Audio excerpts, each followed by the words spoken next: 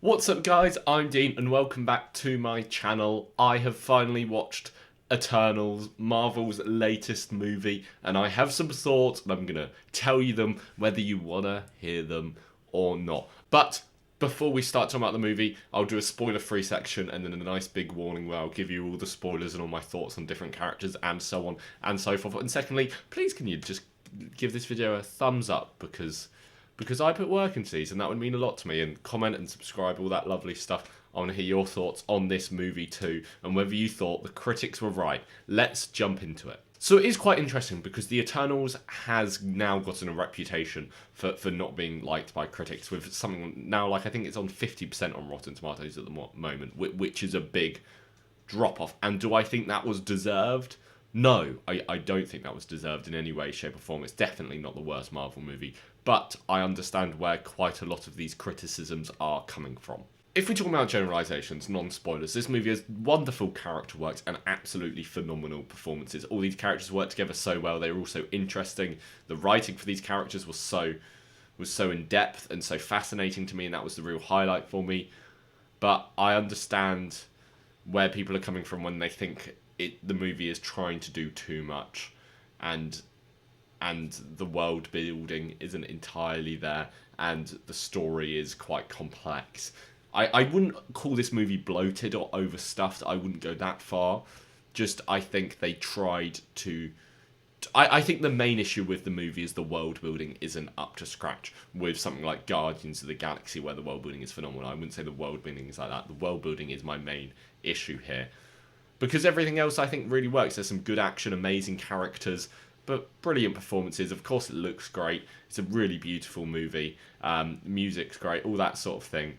It's just, I think they were trying to do too much, and I think a lot more would have landed if they kind of paced this movie differently and did the world building better. So my issues are pacing and world building. So yeah.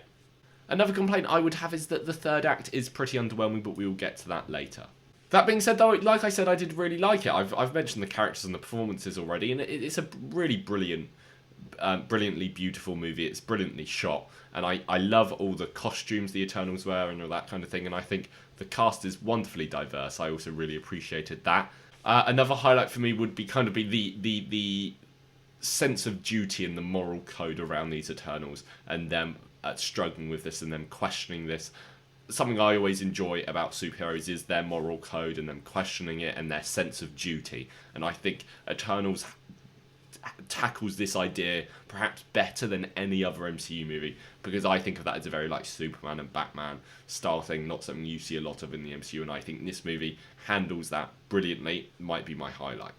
Each character had their own characteristics and unique personality traits and cool powers. I think that worked really well, and I really loved seeing their journey across the 7,000 years they're on Earth. Just I think pacing was an issue there. But I did enjoy it. I gave it 4 stars out of 5 on Letterboxd. I am going to go rewatch it because I was this close to giving it 3.5 stars, and I still might. We'll see, won't we? But for now, 4 stars. Spoiler time. Spoilers. Spoilers. Get out. Go. I'll give you a second.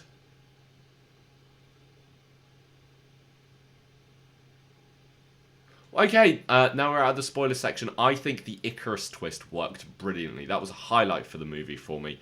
That I think stuff wasn't adding up all the way to that moment, but I wasn't expecting a betrayal from any of the characters or anything like that, and I just thought that twist worked brilliantly. That was a highlight for me. I really loved all the characters' different approach to this moral dilemma they had. That was the highlight of the movie for me, was this moral code and how these different characters talked about it and the conversations they had and that type of thing. Just, I think they should have either spent more time in the past or a lot less time in the past when they're jumping through different time periods, because I think a lot of that didn't really work for me. I think they should have just kind of, kept in one place more. Or just spread the movie out over 7,000 years, one or the other. Just I think that kind of pacing didn't work for me, and the world building wasn't brilliant. There wasn't much which I found really fascinating. It's just a bit like, oh, okay, when they revealed the Eternals are there to, like, that bit didn't make 100% sense to me either. You had to think about it for a bit when they were like, oh, there's other Eternals and they're there just so you can, kill a planet. I thought that twist wasn't handled brilliantly, but apart from that, like I said, really enjoyable movie, great cast. I'm going to talk about every Eternal and give you my brief thoughts on them. Okay, SERSI was wonderful. I think she really worked as the lead here, of kind of being... the element that really worked here was her love for humanity. I think that really added an extra layer to this team, and to her specifically. I really appreciated that. And I think her powers might be the coolest. I think it was something really unique, something that was visually stunning, and something which was used in interesting ways. I'm not a big fan of how in the plot it's kind of like, oh, I just kind of connect to the Celestial and use my powers, blah, blah, blah. I think that part of the third act was quite underwhelming, but SERSI, great Eternal. Okay, Icarus. I've talked about this. I loved Icarus as a character. I think that's how you do a redeemable character. That's how you do a John Walker. That's how a character like that should be done, because you really did feel for him. You understood why he was doing what he was doing while still not 100% agreeing with him. And I thought he was a really sympathetic villain and a really fascinating part of this movie. One of the highlights for me. KINGO was really interesting too. I didn't find him massively funny. He was kind of supposed to be the comic relief, and I thought a lot of that work just... Sometimes they did take it too far. This movie did a good job of balancing the humour. That's something I didn't mention, is that a lot of MCU movies you can complain that the humour wasn't well balanced. Because I would have that complaint about, spoilers, Ben Kingsley in Shang-Chi. And I don't think the comedy was balanced well there. But in this movie, the comedy was balanced a lot better. Just I didn't find a lot of the stuff with KINGO as funny as you're supposed to. I still really enjoyed his character, though. Although I wasn't a massive fan how he just left for the finale. I thought that was a bit out of place, and it wasn't really addressed enough for me. Sprite is an interesting one. I'm seeing lots of people putting Sprite right down their rankings of Eternals. I thought her powers were really fascinating and visually stunning. I mean, I can say that for all the Eternals, really. And I understand why she followed Icarus. I found that really interesting, and I was really fascinated by her want to be human and her want to grow up. I think that could have been explored more. To make this character more compelling, but overall I think she did work for me, and I did enjoy this performance. The performance itself actually was phenomenal. When you think that when this movie was being filmed, she was like 12 or 13. She did an amazing job at portraying an adult. She acted like she was 7,000 years old and did not stand out in the cast at all. She did an amazing job. I was really impressed with that. PAASTOS, I think his powers was really interesting. I'm going to say this for all of them. He might have the most interesting powers. I really enjoyed his family too, and I really loved the bit in Hiroshima with him. I thought that was so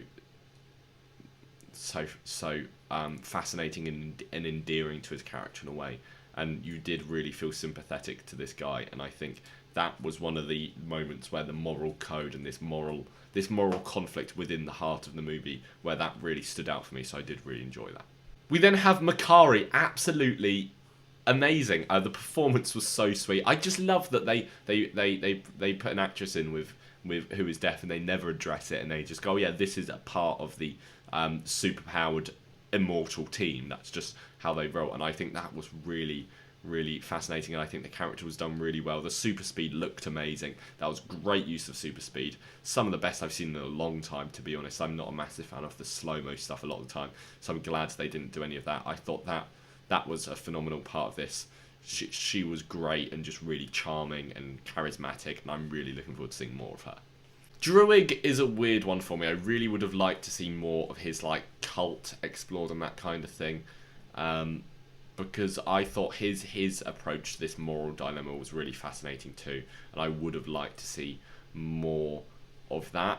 I think the performance was amazing, especially in the scene just before the team split up. I thought that was done really well. Gilgamesh, one of my favourites. I think he was just a cool guy.